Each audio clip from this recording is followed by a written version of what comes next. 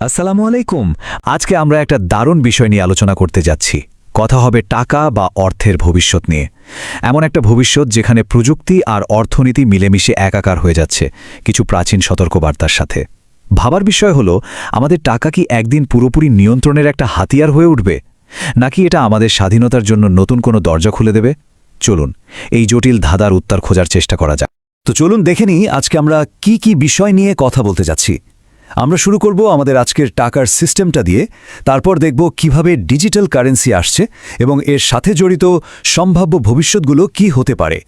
তো সবার আগে চলুন একটু বোঝার চেষ্টা করি, আমরা প্রতিদিন যে টাকাটা ব্যবহার করি সেটা আসলে কিসের ওপর দাঁড়িয়ে আছে।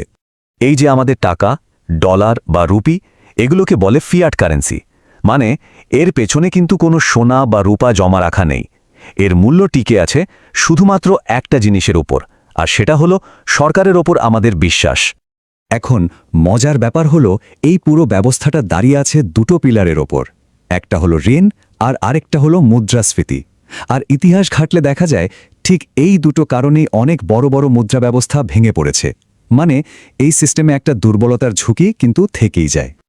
আচ্ছা, এবার তাহলে এগোনো যাক, কারণ প্রযুক্তি এখন পুরো খেলাটাকেই পাল্টে দিতে চলেছে। মানে টাকার যে ধারণাটা আমরা এতদিন জেনে এসেছি সেটাই বদলে যাচ্ছে। এটাকে কিন্তু বিটকয়েনের সাথে গুলিয়ে ফেললে চলবে না। এটা হলো সরকারের বানানোর ডিজিটাল টাকা। এর মানে হলো প্রত্যেকটা লেনদেন ট্র্যাক করা যাবে। সরকার চাইলেই দেখতে পারবে কে কাকে কখন কত টাকা পাঠাচ্ছে। এমনকি তারা চাইলে টাকার ওপর বিভিন্ন শর্তও বসিয়ে দিতে পারে। এই টেবিলটা দেখলেই কিন্তু পার্থক্যটা একদম পরিষ্কার হয়ে যায়।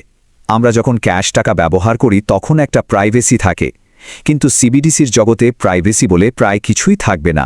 সরকারের হাতে থাকবে পুরো নিয়ন্ত্রণ। তার মানে বুঝতেই পারছেন আসল ব্যাপারটা কি দাঁড়াচ্ছে।